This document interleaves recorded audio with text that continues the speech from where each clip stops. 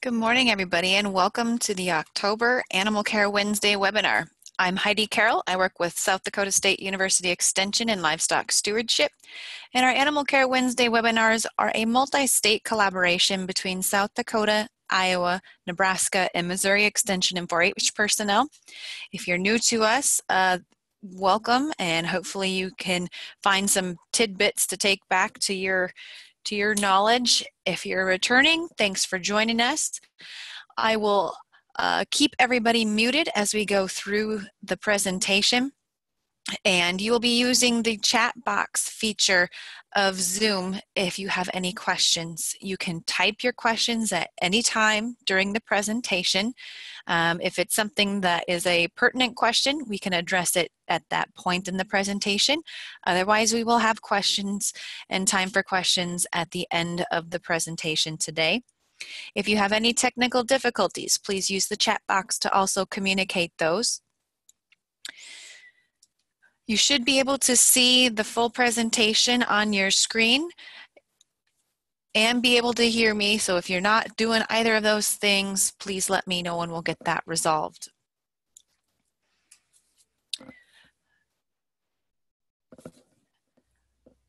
Not seeing any issues pop up, I'm going to go ahead and introduce our speaker for today. Today, our topic is going to be an update kind of on some of the ag gag laws and regulations that impact animal well-being and livestock production. Our speaker today is Dr. David Aiken, who's at University of Nebraska-Lincoln, who specializes in ag law. So he is definitely a returning presenter for us and does a great job kind of recapping what the national and state level laws and regulations are that we should be aware of and kind of keep on our radar to kind of see what might be impacting animal well-being or livestock production practices in our future. So with that, I'm going to turn it over to Dave, and we'll have some questions at the end.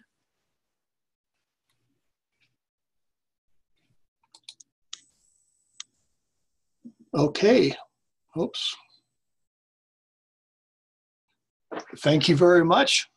And we'll just go ahead and go through some of what's happened in the past year.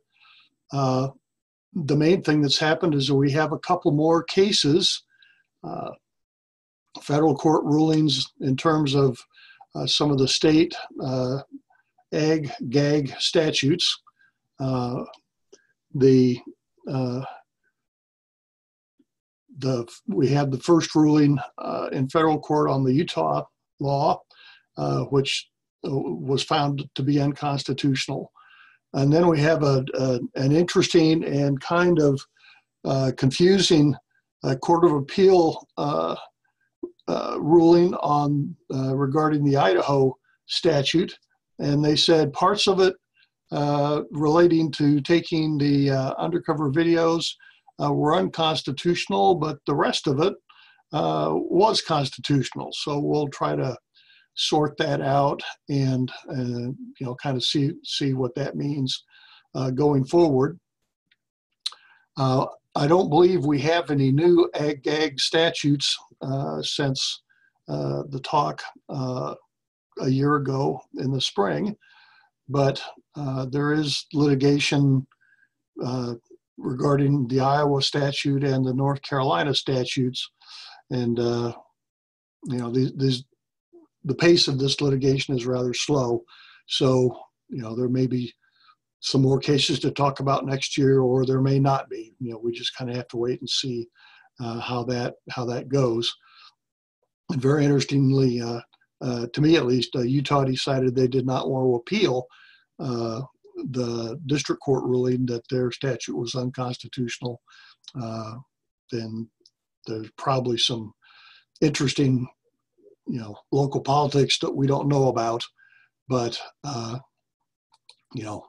whatever reason they're not moving ahead with an appeal on that. Okay, the next two slides are the slides that you saw last year. And we'll move through those kind of quickly.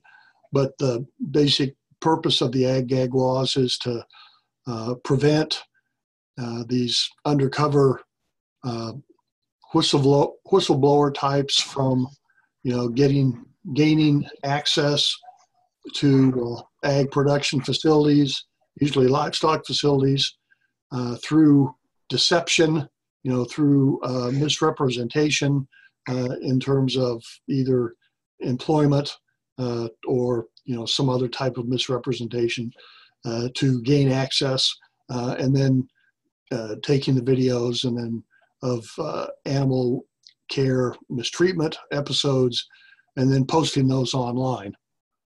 And that's the kind of the general scenario that's been going on. Kansas was the first state, back in 1990, before the ag-gag laws. Excuse me. There were 3 animal research laws that made it illegal to interfere with ag research facilities, specifically livestock research facilities, and Kansas was one of those states. And this was before 1990, and then they did the ag-gag portion of it in 1990. But you can see the dates and the summaries of those. It's it's the basic idea, and the common theme is making it illegal to record on ag production facilities without the owner's consent. And if they do it without the owner's consent and they're caught, then that is a crime under the most of the ag statutes. Missouri added a new wrinkle. They said if you turned the recording over to law enforcement within 24 hours, then you would be legal. If you didn't do that, then you would be illegal. In Idaho, of course, their law has been subject to litigation, and these laws are all criminal laws, making it a crime to do these undercover videos. Then the last 2 laws are North Carolina and Arkansas. The wrinkle that they have is that they make it a civil offense rather than a criminal offense, and so that's a legal change. That's be interesting to see how that when those laws get litigated. It'll be interesting to see whether that makes a difference in the court's analysis of these things or not. Okay. And here's the map we had from last time. I did finally Google Tennessee, and because it's on there as they have a law that's pending before the legislature. It was not enacted, and so Tennessee would be, the stripes of white and, orange or whatever that color is. In the ag defeated category, but the sort of, I'm not sure what that sort of reddish pink color is, but those are the states that have enacted ag laws, but at least a couple of those states, those laws have been subject to litigation, and then Idaho and Utah, in Idaho, portions of the law have been unconstitutional, and then in Utah, it was unconstitutional and with no appeal. One of the things that I did not talk about last time is the difference between criminal remedies and civil remedies, and these ag laws, until the 2 most recent ones, they've all been, if you violate what the statute says you can't do, it's a criminal violation. that means that the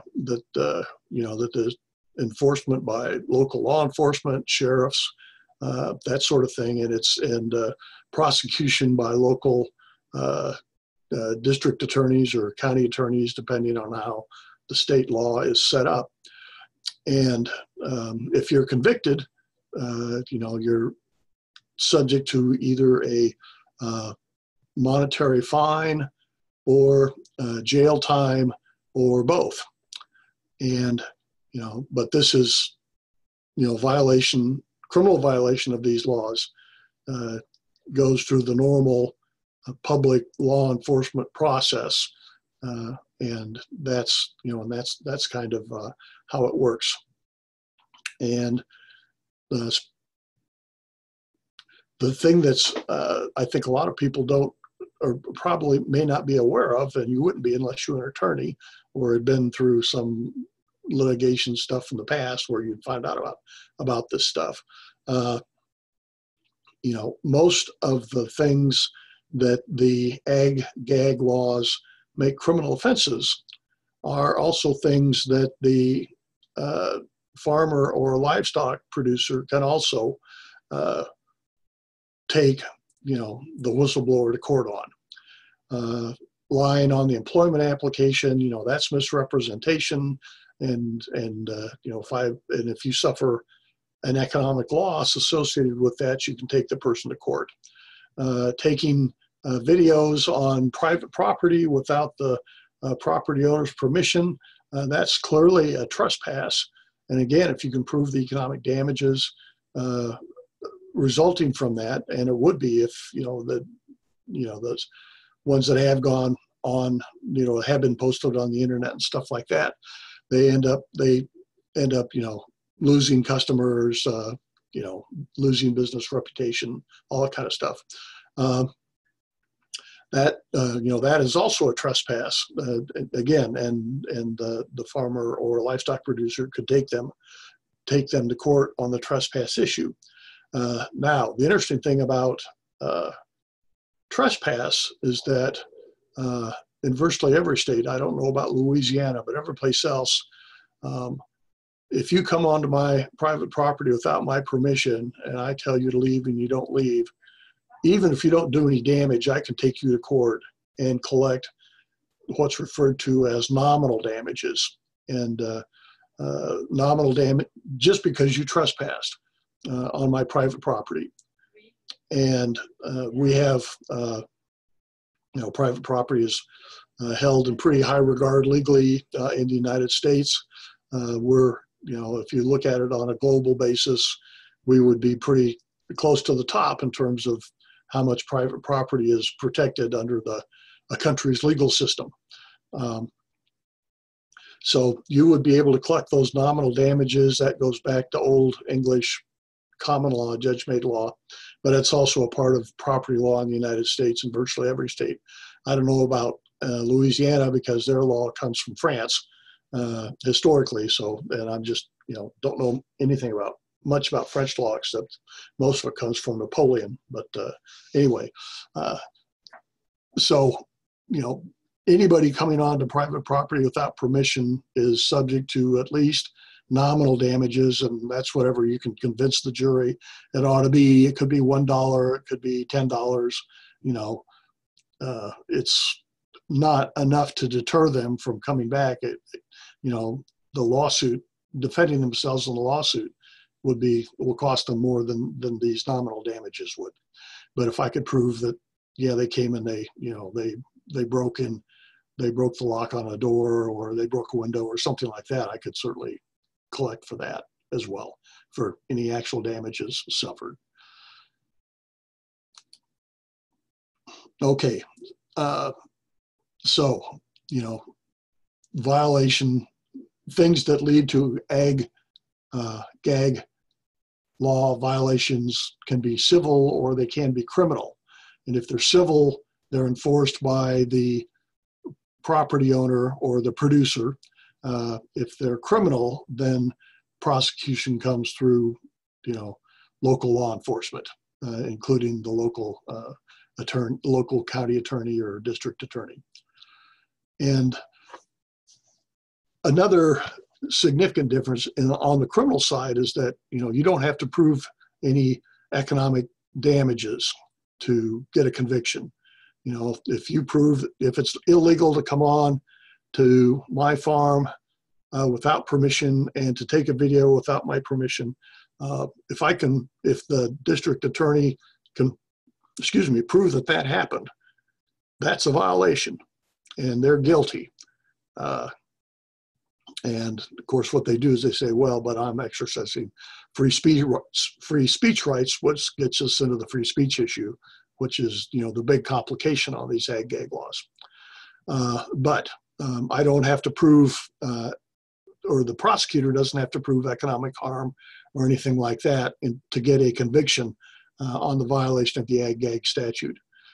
If I'm going to sue you for this trespass, if I want more than the $1 or $10 that I get for nominal damages, I'm going to have to prove that you've hurt my business reputation, or I've lost customers, or I've lost business, businesses, my sales have gone down or something like that. And then I could collect those economic damages that I suffered through my civil or private lawsuit. But, I can't put you in jail or make you pay a government fine or anything like that. So, okay. And any questions or comments or something, feel free to jump in. Okay, so we'll go to the new ruling on the Utah statute that occurred in federal district court. And, the court ended up saying that, that the Utah law did violate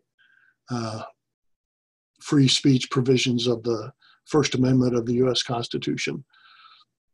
And we'll talk about that in a little bit more detail in just a little bit.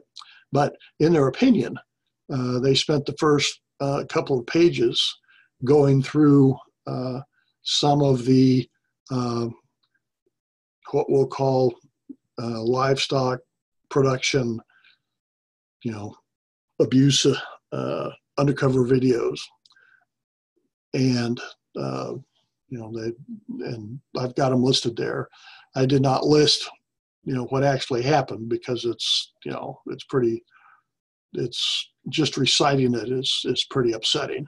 But they, the court went through those and kind of detailed what the abuses were in some specificity.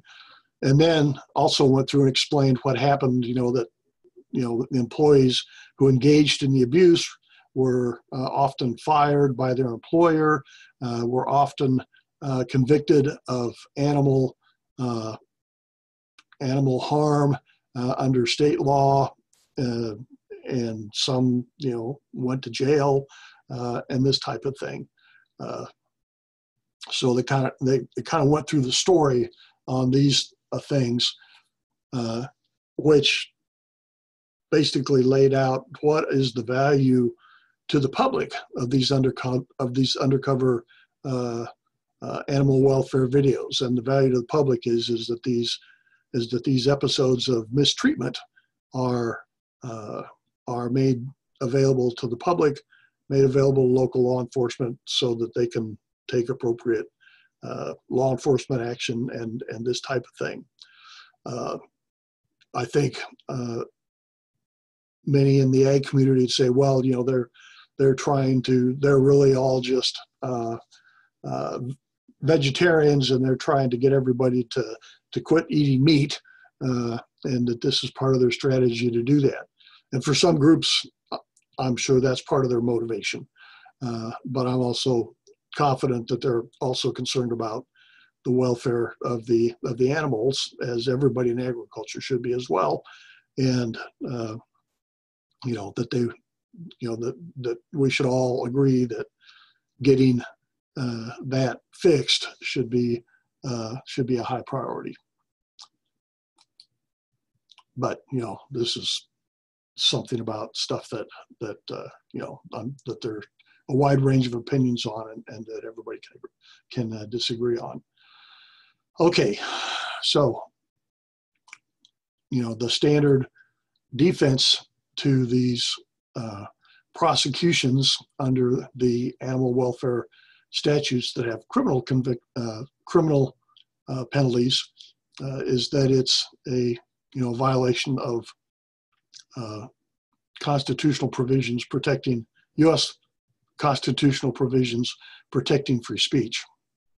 And in the Utah opinion, the court laid out very, very nicely what is the, when judges are faced with this kind of a question to decide, how do they analyze whether a state law violates the federal free speech provisions in the federal Constitution? What's the approach that they take?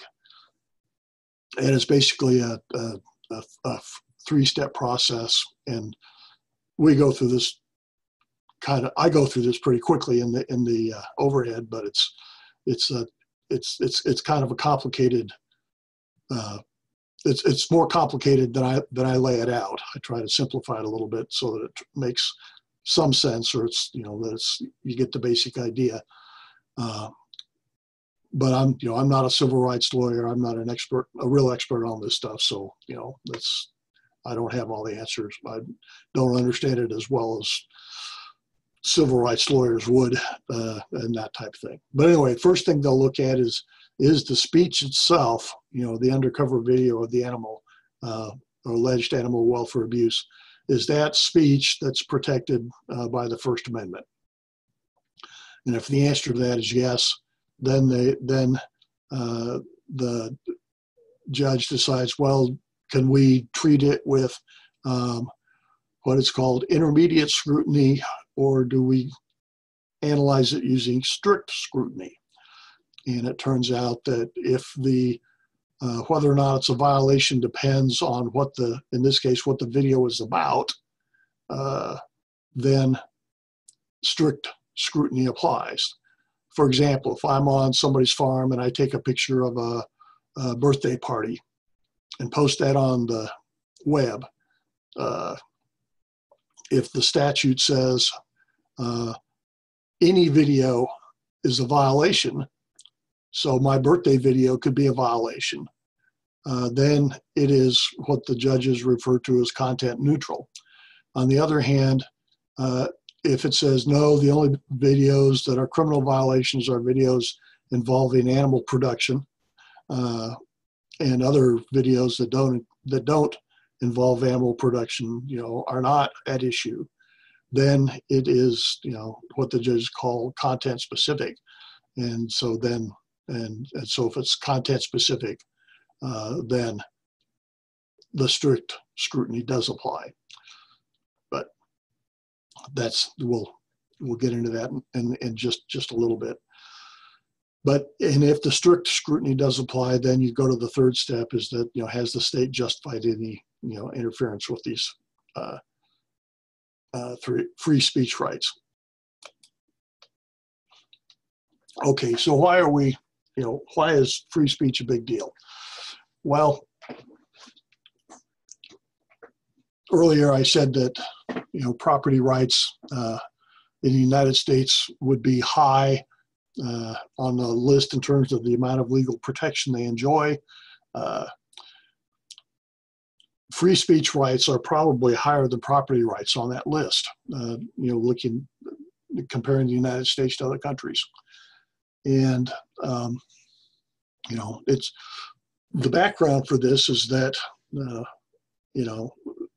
under a monarchy, if somebody says something that basically disagrees with the king says or disagree with what the king has done, then that is sedition. And, so, you don't have any right to disagree with the king and to voice that. You can keep it to yourself, but you can't if you voice your disagreement, you risk imprisonment and even execution. And that's why in the Constitution, when the signers of the Declaration of Independence, not the Constitution, but the signers of the Declaration of Independence, they understood that if the colonies lost the war, they would all be executed because, the Declaration of Independence was a very seditious document. It's basically saying, we don't want the king. We're going to kick the king out of the colonies, and because he's been a bad ruler, and so, he's out. And, that's, I think the phrase, well, we might as well hang together as opposed to being hanged separately, or something like that. The signers of the Declaration. I think John Hancock said that, something like that.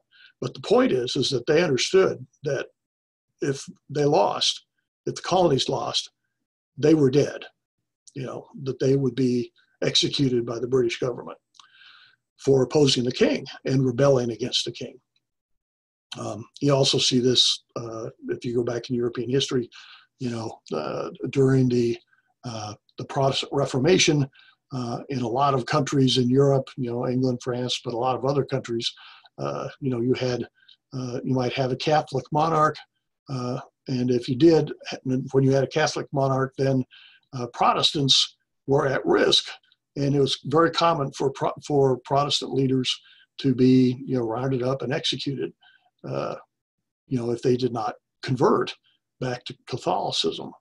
And same thing when you had Protestant, like in England and and in France for a while, if you had Protestant kings or queens, if you were exercising your Catholic faith out in the open, you were subject to being, imprisoned and possibly executed as well. And so, this is religious freedom, but that's, it's a type of, free speech type of thing. So, today in Europe, most national governments can regulate political speech to a much greater degree than is possible in the United States. In France, you can't wear a burqa because that goes against their kind of anti-religion political philosophy. That's part of French political culture resulting from the French Revolution. But they can do a lot more to restrict political speech than we can in the United States. So our free speech laws are much more protective of speech, and particularly political speech, than they are just about any place else in the world. We would be, if we weren't number one on the list, we would be in the top 2 or 3 of all the countries in the world in terms of free speech protections. So that's kind of the background, and that's why in the United States we feel that political, that free speech is important. That's important, a part of our political culture, and it's very hard for even the government to exercise prior restraint of speech that it doesn't like. I can remember back to the Pentagon Papers back in the Nixon era, when the New York Times or the Washington Post published the Pentagon Papers, and the case was taken to the Supreme Court, and the Supreme Court said, this prior restraint violates free speech. Now, there's some national security things that you can't publish and stuff like that, but the exceptions are pretty narrow. So when we go through this in the ag-gag context, you're going to be saying to yourself, well, if these guys are telling lies, how can that be protected under the Constitution? But we'll get to that. We'll get to that pretty quickly. So our lying on your employment application, if you're one of these whistleblower wannabes, and so you want to get a job at this dairy or poultry facility or cattle facility or swine facility, whatever it might be. So you lie about why you want to be there, stuff like that. Why you want the job and what your experience has been, whether you've really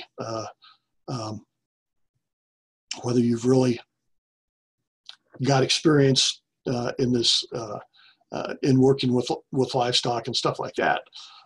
If you're lying about that, is that free speech that's protected under the Constitution?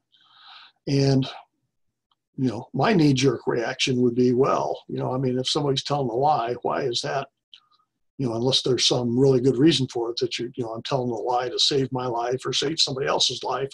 If it's not something like that, why would a lie be protected speech? Well, as it turns out, the things that are automatically not protected under the First Amendment is a pretty short list. Obscenity, defamation, where you're defaming somebody's reputation or telling lies about them, as opposed to telling lies about yourself in terms of your own background and stuff like that. Child pornography, fraud, and you say, well, this is fraud, but that's more like business fraud and stuff like that. And then true threats of physical harm to someone. If you don't do what I want, I'm going to shoot you or blow up your house or whatever. That speech is clearly not protected under the First Amendment. So that really, really bad speech is not protected. Now, we had several years ago, we had this deal where somebody was lying about whether or not they had won the Medal of Honor. And Congress, in response, passed a law making it illegal to lie about whether or not you had won the Medal of Honor. And that was taken to court. And the Supreme Court said that law that Congress passed, making it a crime to lie about whether or not you had won the Medal of Honor, the highest military honor that can be given to armed force persons, that lying about that would violate somebody's free speech rights. And that, and in that case, the court said, all falsehoods are not the kind of bad speech that don't deserve free speech protection. It depends on what kind of a falsehood it is. And in this case, lying about something, that's, kind of important, whether or not you'd won a Medal of Honor, they said that's not important enough to justify making it a crime. So, lying about whether I've had experience in livestock production or not is chump change, in my opinion, compared to lying about whether I won the Medal of Honor, which of course I never did. And so, it's, even though it may not make sense to us, that's how the court has ruled. And, just the fact that somebody is telling a lie does not automatically mean that it's not entitled to free speech protection. And as it turns out, the lie, as we've seen, has to be pretty bad before it would not be justified by free speech. And that would be the fraud and the defamation. The ones that are not, the court has ruled in the past, are not protected under the First Amendment. Okay, so continuing with the court, now getting back to the opinion, the court's opinion about, whether the Utah Ag-Gag statute, violated free speech rights. They said that, the whistleblower is, if somebody obtains employment by false pretenses, then they're not automatically a trespasser because the employer says, yeah, no, you go to work, do your job, you're not a trespasser. So they don't become a trespasser unless they do things that cause economic harm to the property owner, that the property owner could collect more than nominal damages from, that is real money, from in a private lawsuit.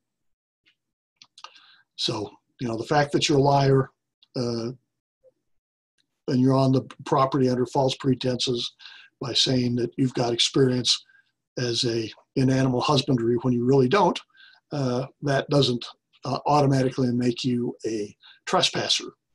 And, you know, trespassing and taking the videos are basically what the ag-gag laws are about. Court also ruled that video recording is speech of the kind that it can be protected by the First Amendment. As you know, video recording has not made it to the Supreme Court yet, but all the lower federal courts to date have assumed that video recording is the type of speech that could be subject to First Amendment protection, and I don't think there's any real debate by that. The court has said that movies are protected speech, so you know this is kind of a private movie or something as opposed to commercial movies. But anyway, the court said that because the violation depended on the content of the video, that it was animal husbandry, filming animal husbandry. That means that's content specific, and because it's content specific, then it is subject to the higher level of scrutiny by the court, by the judge, and which makes it harder for the state to justify the law. Okay, and then the judge at the Utah Federal District Court, said that under strict scrutiny, it's tough for the states to overcome that. It's possible, but it's really tough, and the odds are that the state won't. There has to be a compelling state interest, and the restrictions on free speech or the interference with free speech has to be as narrow as possible to achieve that state policy. And here the court ruled that, well, there's no compelling interest because in this case, the livestock producers could take the whistleblowers to court on their own for trespass, and so the state doesn't need to. The state's not doing something that other laws don't do. The state is just saying, yeah, we'll make it criminal, but to say just making it, that doesn't come close to justifying the interference with the free speech rights. So, if the landowner, if the producer had no legal remedy at all under, property law or, for misrepresentation or anything else, then the state would have a stronger case. But as I went through on an earlier slide, the property owners or the ag producers can take these folks to court. They have to spend their own money to do it, and it's not clear how that they're going to win. If the jury thinks that the videos, it's good that the videos were released, they could lose. So it's not a slam dunk by any means, but that's kind of the legal test. But because there are these private options available, then there's no compelling state interest to do it. And the state made the argument. In fact, the real argument that the state advanced was that that the whistleblowers were a threat to animal well-being because they weren't, they were lying about animal husbandry experience that they didn't have, but they admitted that they didn't know that was the case, but they that was a possible outcome, but they couldn't point to where that had actually happened. And the court looked at sort of the history of the ag-gag law, the legislative debates in the Utah legislature about the bill as it was going through the legislative process, and it's pretty clear that what they wanted to do was to prevent this, vegetarian anti-meat propaganda from being, put on the internet and made available to that. And the court said that that was not a compelling state interest either. And again, this is a 2017 decision, and they got, I think, 60 or 90 days to decide whether they're going to appeal. And this next case that we're going to talk about didn't come out until the next year. And so they said, okay, we're not going to appeal. We're not going to spend the money on the appeal or worry about the appeal. And they decided, so it's not going to be appealed. And so that was, that's the Utah law that has been ruled invalid by the federal courts, and there's no further legal action on it. So, they can change the law, and try again, but, so far I don't think that's happened. Okay, the next case, the more recent case, is based on the Idaho law. That's the one we talked about last time, where it was the dairy operation that had been subject of one of these whistleblower videos. And the district court had ruled that the Idaho law was, ag law was completely unconstitutional. Excuse me. And Idaho officials appealed that into the Federal Court of Appeals. And the Court of Appeals ruled in a split decision, that was a 2-to-1 decision, that misrepresentation regarding employment and then gaining access to the business records because of that misrepresentation, that making those criminal offenses did not violate the Constitution, the federal Constitution. That's both the free speech rights, and then there was equal protection. But we don't need to get into that.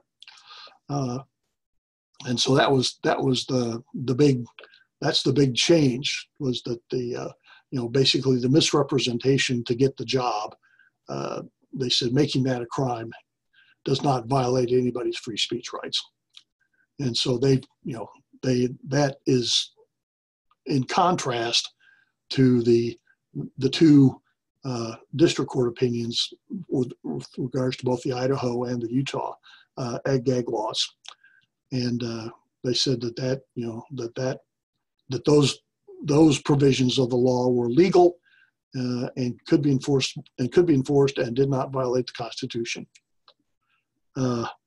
But it said that the rest of the ag law did violate with free speech rights. So, the trespass by misrepresentation was violated the free speech, and then the videotaping without permission also violated the free speech.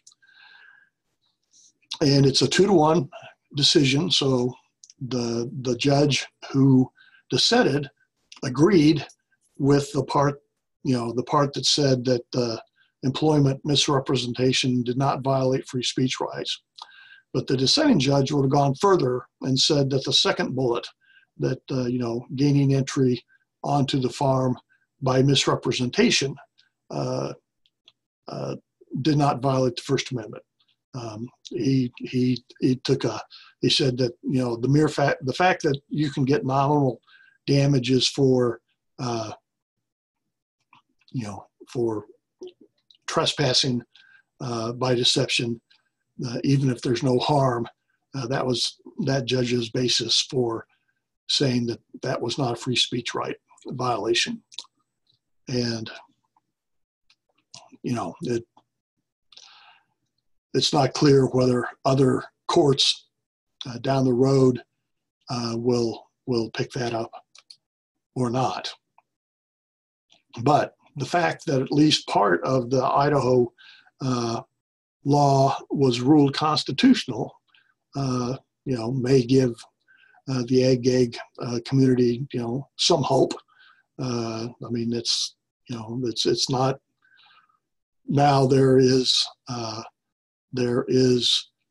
a case that they can cite that says this type of restriction on lying about your to get a job at one of these ag facilities, that criminalizing that is not unconstitutional. They can argue to say that so that these provisions should be okay in our case, not in just the Idaho case. And some will argue that, well, the dissenter on the Court of Appeals with the Idaho judge was right, that the property rights should trump the free speech rights in terms of, gaining access to private property by deception is something that deserves to be criminalized. And the dissent actually made kind of an interesting point. The dissent pointed out that the majority opinion said that access to business records gained because you became an employee through deception, that would trump free speech rights. And he would say that even more so on property with land, trespass to land. And he said that the same analysis should apply on trespass to land through deception, because of this history of, a man's home is his castle and all of that. That the government needs a warrant before they can come onto your property without your permission in most circumstances. That type of thing. So definitely those arguments will be made in future ag-gag lawsuits as those lawsuits unfold. Where it ends up, is really unclear to me.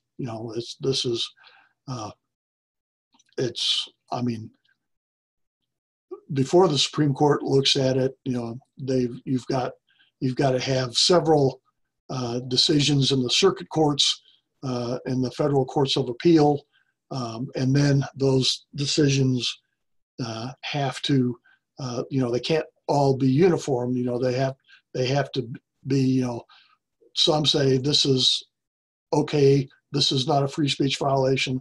Other circuit courts say, yes, it is a free speech violation. And, if you've got this disagreement, then the Supreme Court will be the tiebreaker, so to speak, and rule, which approach is the correct legal approach or not. It's taken us, 4 or 5 years to get one circuit court opinion. We might have a couple more federal district court cases a year from now. It's very unlikely that we'll have any more circuit court, appeal court decisions a year from now. So, getting to the Supreme Court would take a long, long time, and this is something that might never make it to the Supreme Court. So, we just kind of have to wait and see. And so that is it. If something does happen, in terms of more lawsuits or statutes with a new twist, we might be doing this again next year. And if not, maybe not. But if anybody is interested in looking at any of these cases, send me an email, and I'd be happy to send you a PDF of the case, and you can take a look at it if you want. So, Heidi, I will turn it back to you. Great. Thank you so much for that update, Dave. Appreciate that.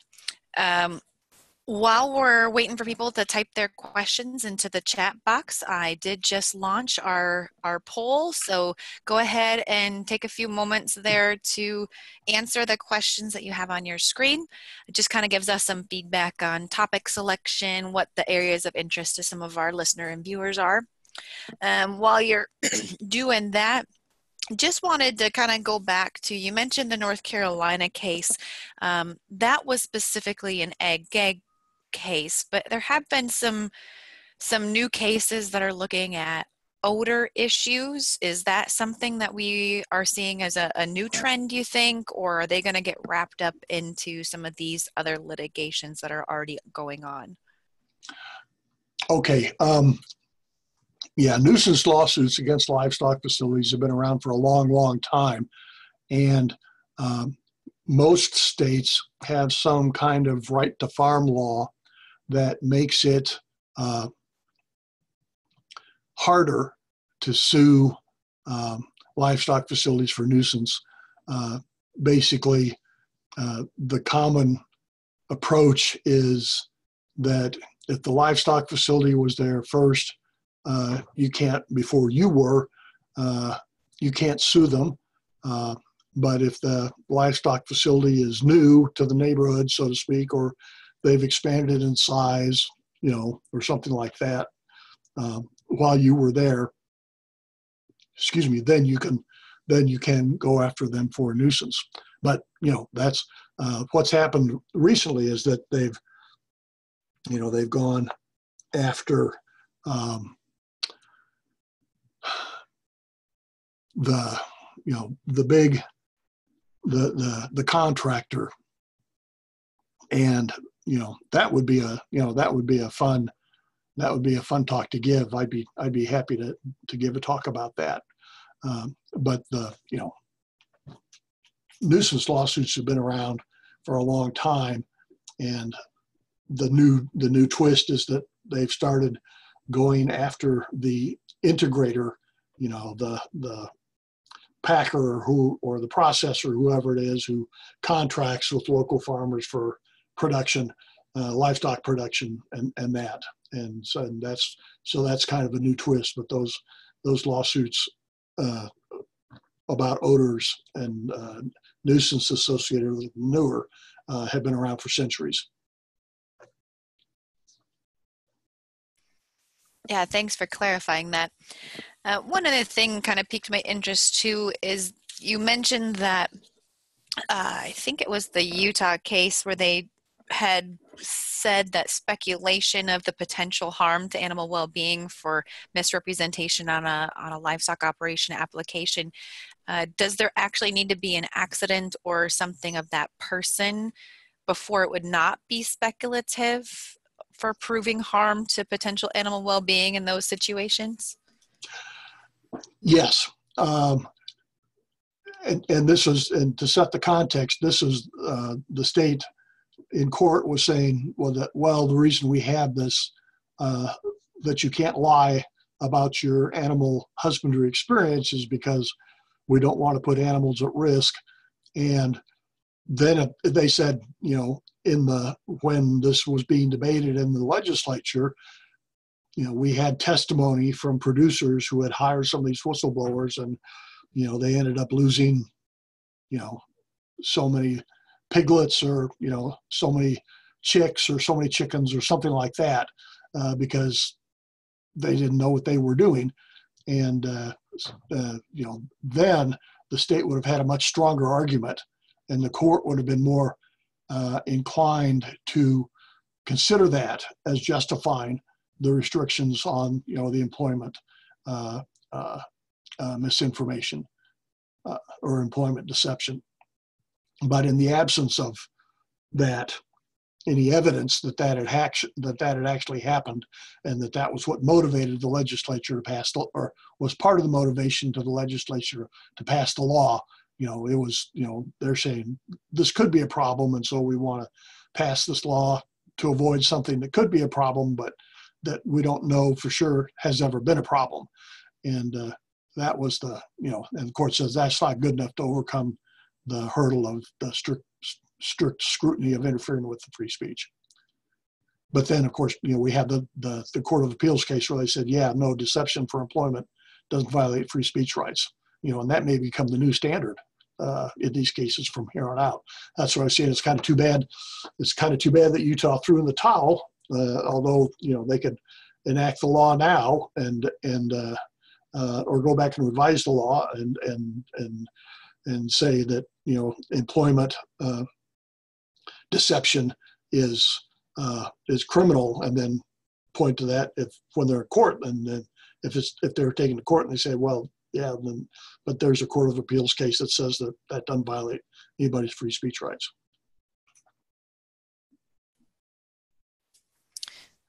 Well, thank you, Dave. I don't see any questions coming in on the chat box. So kind of wrapping up here in summary, the recording for this will be available here in the next week or so on the Animal Care Wednesday webinar website, along with the handout of Dave's slides. Tune in next month on Wednesday, November 7th, and we'll provide kind of an update on where the Beef Quality Assurance Transportation Certification Program is at and some of those trucker transporter related discussions that have come up across the U.S. So join us on November 7th at 11 o'clock Central Time. And thank you very much, everybody, for tuning in, and I will see you next month.